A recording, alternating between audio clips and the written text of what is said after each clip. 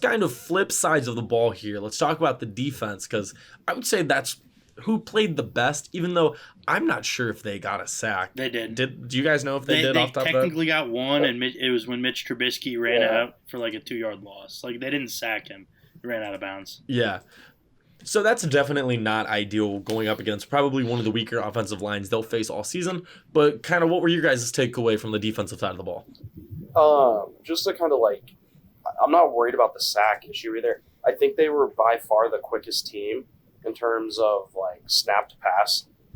They really just didn't give them a chance. And, with all the sweeps and all the trick plays and everything, like, there were times where they were really close. But there was also never a time where Pittsburgh had to, really drop back and prove they had to throw. And so I'm not really worried about it. DJ Reader had a huge game. I've been on Twitter and looking through it, and like he plays a very like unsexy position, and he, you look back at some of the plays he's making, like the one where he's basically on the ground and just sheds the blocker, like his knees completely on the ground. It was incredible. Throws him, yeah, like plays like that. He's just an insane player, and the linebackers. They just looked really fast, like faster than last year's team. The depth is really good. I mean, they have some linebackers. I think a lot of their linebackers could, be starting pieces on other teams. Like, we didn't even see Akeem Davis-Gaither much during the game. Like Marcus Bailey, who played a big roll down the stretch, played 3 snaps. Dax Hill played 6. Yeah. I mean, that defense is freakishly deep, and it's only going to get better as guys come back and, barring injury. But still, I thought there were a lot of great things. Eli Apple, didn't hear much from him. I think that's kind of what we said last week. Like, as long as he doesn't do anything that loses you the game, then you're cool with it. And he, didn't do anything bad, so we'll take it. We were just missing the Pickens fight, which I'm actually really upset with. They're still a whole nother ball game. We play those guys, so that could still be. Wait, hold on. Is he still pick him after what? He's still picking. Oh, he'll be for it. fine. He's got Mitch as his QB. Yeah. What do we expect? He'll have a big year. He got the Eli Apple treatment. Happens. Yeah, he got Oh, shut he did. down. Hold on. I was wrong. Pick him. One catch, 4 Had yards. 1 reception, 3 yards. Quick before Scott talks, I did want to hit on some of the PFF grades that I looked at.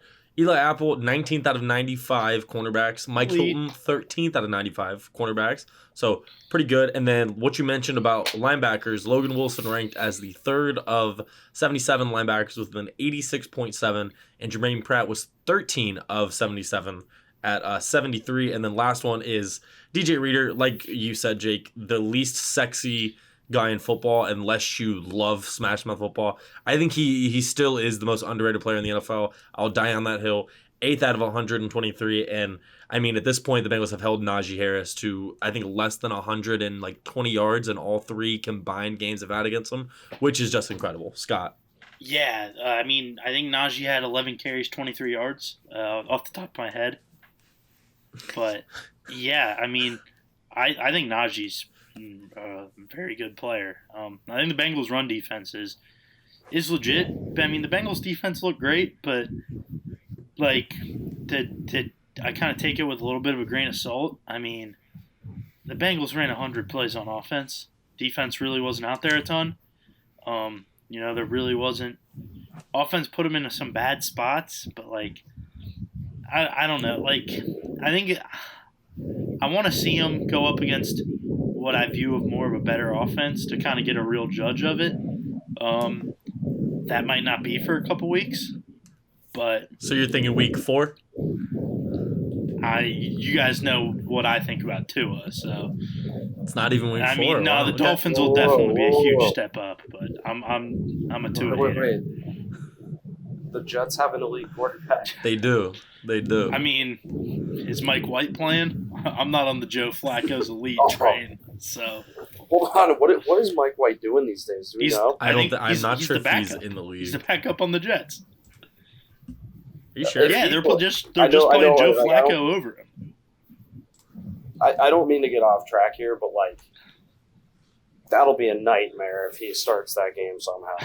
I think it's going to happen, but yeah, I mean the defense was good. Like they played as well as you wanted to see from them. There's a couple plays. I mean, when your offense is playing that bad, you need the defense to keep you in it, and they did. They could have. It would have been nice if they could have put points on the board like the Steelers did, or get a turnover or something. They had one. I really thought they should have had a turnover. Trey Hendrickson was chasing down Trubisky, and he chopped at the ball, and Trubisky just has the hand strength of I don't even know, but it just somehow stayed in his mitt. And tip your cap. That's a great play. But yeah, defense looked good, but I'm not gonna anoint them, the best defense in the NFL after 1 week. But I was very pleased with what I saw overall from the defense.